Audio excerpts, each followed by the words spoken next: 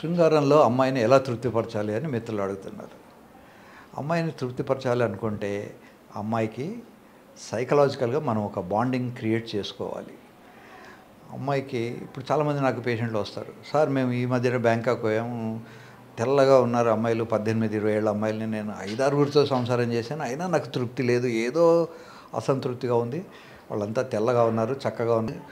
అంత అందమైన అమ్మాయిలు 5-6గురిని శృంగారం 5-6గురితో శృంగారం చేసిన తర్వాత ఎందుకు తృప్తి లేదు అంటే వీళ్ళకు కానీ వాళ్ళకు కానీ బాండింగ్ లేదు. ఆ అమ్మాయి పేరు కూడా ఇతనికి గుర్తు ఉండదు, ఆ అమ్మాయి ఎవరో కూడా గుర్తుపట్టలేడు 6 నెలల తర్వాత వస్తే. సో అలా ఉన్నప్పుడు తృప్తి ఉండదు. కనుక ఏ అమ్మాయితోటైతే మీరు సైకలాజికల్గా, ఎమోషనల్గా, స్పిరిచువల్గా బాండింగ్ డెవలప్ చేసుకుంటారో వాళ్ళతో మాత్రమే మీరు ఎక్కువ ఎంజాయ్ చేయగలరు. అందుకోసమని సహజంగా న్యాచురల్గా భగవంతుడు పెట్టినటువంటి సృష్టిలో భార్యాభర్తలు చేసుకునే శృంగారమే గొప్ప శృంగారం. అలా కాకుండా వేశ్యలతోనూ వేరే వాళ్ళతోనూ చేసే శృంగారం గొప్పది కాదు.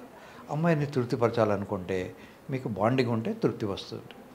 ఈ బాండింగు కేవలం ఫిజికల్ బాండింగే అక్కర్లేదు, ఎమోషనల్ బాండింగ్.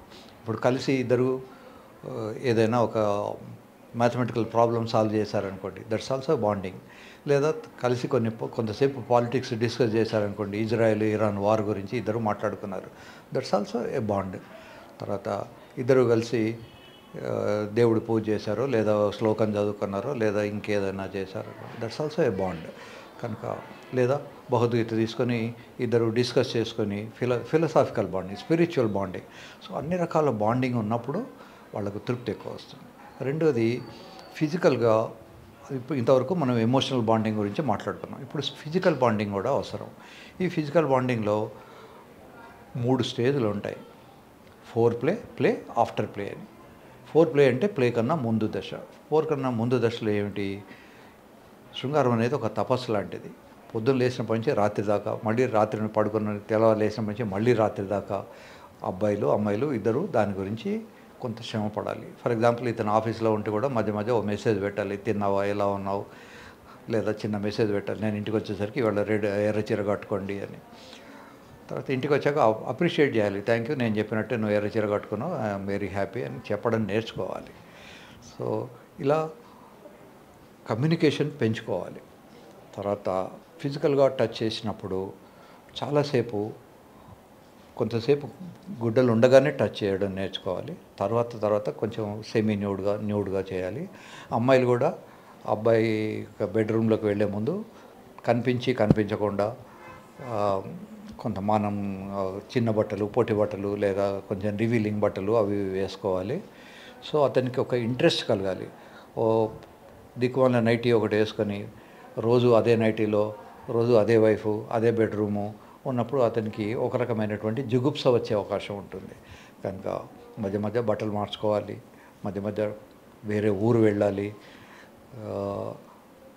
ఏదో రకంగా ఒక కొత్తదనాన్ని సృష్టించుకోవాలి. రోజు రొటీన్గా తినే భోజనాన్ని కూడా ఓ రోజు క్యాండిల్ లైట్ డిన్నర్ చేసుకోవాలి, ఇంకో రోజు ఇంకొక రకమైనటువంటి చేసుకోవాలి. ఒక నూతనత్వాన్ని, ఒక everyday they have to create a new environment, new thing like that. So అలా చేసుకొని, లేదా బ్లైండ్ ఒకసారి అబ్బాయి బ్లైండ్ చేసుకొని అమ్మాయిని, బాబు నువ్వు కళ్ళు తెరవకుండా నువ్వు ట్రై చేయి అని చెప్పాలి. అలా టచ్ చేస్తున్నప్పుడు ఆయన శరీరం, ఆయనకు రకరకాలైనటువంటి టచ్ జరుగుతుంది, చెంపలు, భుజాలు, ఒళ్ళు, ఇవన్నీ జరుగుతుంది. అతనికి అప్పుడు ఎక్సైట్మెంట్ వస్తుంది.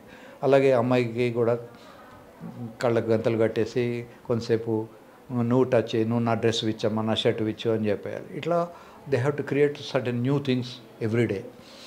తర్వాత చాలాసేపు కౌగలించుకోవడము, ముద్దించుకోవడం చేయాలి. ముద్దు అంటే కేవలం లిప్ టు లిప్ మాత్రమే ముద్దు కాదు.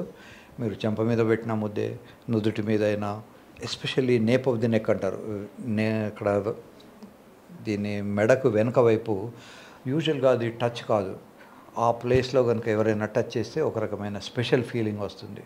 సో అక్కడ ముద్దు పెట్టుకోవడము ఇవన్నీ చేసిన తర్వాత అంగం గట్టిపడ్డప్పుడు అమ్మాయి కూడా తడి వచ్చిందా లేదా మానంలో గమనించి, బై ఛాన్స్ ఒకవేళ తడి రాకపోతే ఇంకా కొంచెం సేపు ఫోర్ ప్లే కంటిన్యూ చేసి, ఒకవేళ ఫోర్ ప్లే కంటిన్యూ చేసే అవకాశం లేకపోతే ఆయింట్మెంటో, ఇంట్లో ఉండే ఆయిలో, వంట నూనె, కొబ్బరి నూనె, ఒక కిరసనాయిల్ ఆయిల్ తప్ప మిగతా అన్నీ కూడా వాడుకోవచ్చు.